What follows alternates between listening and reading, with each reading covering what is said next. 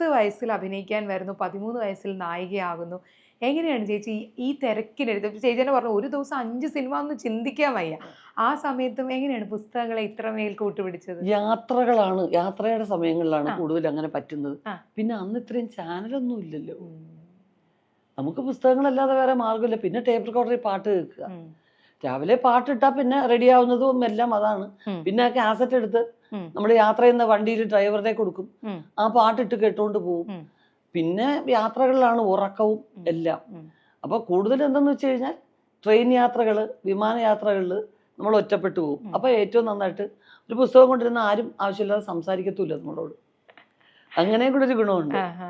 അപ്പൊ മിക്കവാറും ട്രെയിൻ യാത്രകളിലാണ് നമുക്ക് വായിക്കുന്നതൊക്കെ.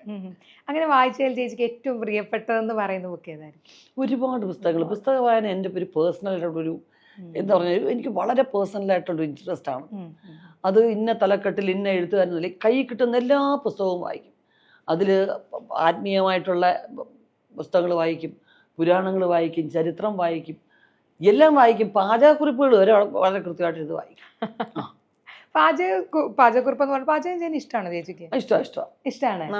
നടിയായില്ലായിരുന്നെങ്കിൽ ഞാൻ അടുക്കളയിൽ നിന്ന് കയറാത്ത ഒരു പാചകക്കാരി. അത്രയ്ക്ക് ഇഷ്ടമുള്ളത്. മറ്റേ കടുവറ അല്ല. അല്ല ചേച്ചി, ഞാൻ വായിച്ചിട്ടുണ്ട് തമിഴ് ശ്രീലങ്കൻ എഴുത്തുകാരൻ ചേച്ചിയുടെ പുസ്തകം അല്ലേ മലയാളത്തിലേക്ക് വിവർത്തനം ചെയ്യുമോ എന്ന് ചോദിച്ചു. അത്രയും ആഴത്തിലുള്ളൊരു വായനക്കാരിയാണ്. ഒരുപാട് റൈറ്റേഴ്സ് ഫ്രണ്ട്സ് ഉണ്ട് എനിക്ക്. ജയമോഹൻ, തമിഴ് ജയമോഹൻ, ഒരുപാട് പേരുണ്ട്. ജയമോഹൻ സാർ സിനിമയായിട്ട് ബന്ധപ്പെട്ടുള്ള ഇതിലാണ്. അല്ലാതെ തന്നെ ഇറാൽ മുരുകൻ, അങ്ങനെ ഒരുപാട് ഇവരുണ്ട്. അവരുമായിട്ട് അവരുടെയൊക്കെ പുസ്തകങ്ങൾ വായിച്ചിട്ട് ഞാൻ അവരെ വിളിച്ചു പറയും. പുസ്തകങ്ങൾ എന്ന് പറയുന്നത് ഞങ്ങളുടെ ശീലങ്ങളിലൊന്നാണ്. കാരണം അമ്മ ഒത്തിരി പുസ്തകം വായിക്കുകയും അത് ഞങ്ങൾക്ക് പറഞ്ഞു തരികയും ചെയ്യുന്ന ഒരാളാണ്.